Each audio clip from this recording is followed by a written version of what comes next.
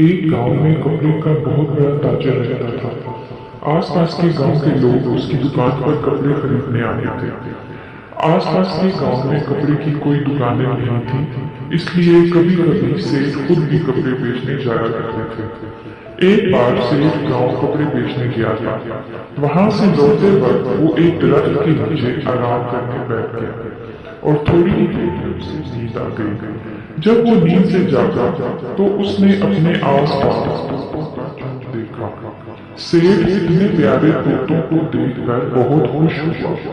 उसे तोते बहुत पसंद आए और उसने सोचा कि क्यों ना एक तोता अपने साथ ले जाऊं। तो घर के लोग तोते को देखकर बहुत खुश हुए। ये सोचकर सेठ ने एक तोते को पकड़ लिया। सेठ तोते को अपने घर ले आया और उसने तोते के लिए सोने का एक पिंजरा बनवाया और खाने के लिए एक कटोरी बनवाई। तोता सोने के पिंजरे में रहने लगा और उसे उसकी मनपसंद चीजें मिलने लगी। सेठ के घर वाले तोते से बातें करते आहिस्ता आहिस्ता तोता बोलना भी सीख गया। तोते के साथ बातें करने में सबको मजा आने लगा।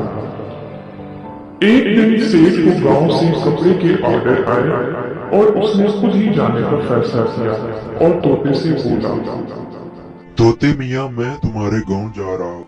रास्ते में तुम्हारे रिश्तेदारों से भी मिलूंगा। अगर तुमने कोई पैगाम भिजवाना हो तो बताओ। सेठ जी, उनसे कहना कि तोता भूखा प्यासा नहीं है और सोने के पिंजरे में रह रहा है। सेठ गांव चला गया और लौटते वक्त उसी दरख्त के नीचे आराम करने के लिए लेट गया।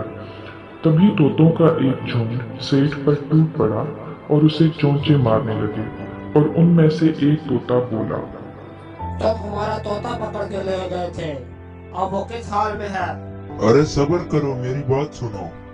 तोता भूखा नहीं है और ना ही प्यासा है, और वो तो मजे से सोने के पिंजरे में अपनी जिंदगी बसर। ये सुनकर सारे तोते जमीन पर गिर गए। सेठ ने आगे बढ़कर देखा और तोतों को हिलाया जुलाया, मगर तोते ऐसे पड़े थे जैसे वो हैरानगी से गिरे हों और मर गए हों। सेठ जब वापस आया तो तोते ने सेठ को देखते ही अपने रिश्तेदारों का हाल पूछा। सेठ ने जवाब दिया, जब मैंने इन्हें तुम्हारा हाल सुनाया तो वो सब हैरान होकर जमीन पर गिर गए। ये सुनकर तोता भी पिंजरे में गिर पड़ा। ये देख सेठ हैरान हुआ और पिंजरे का दरवाजा खोलकर तोते को हिलाया, मगर तोता ना हिला।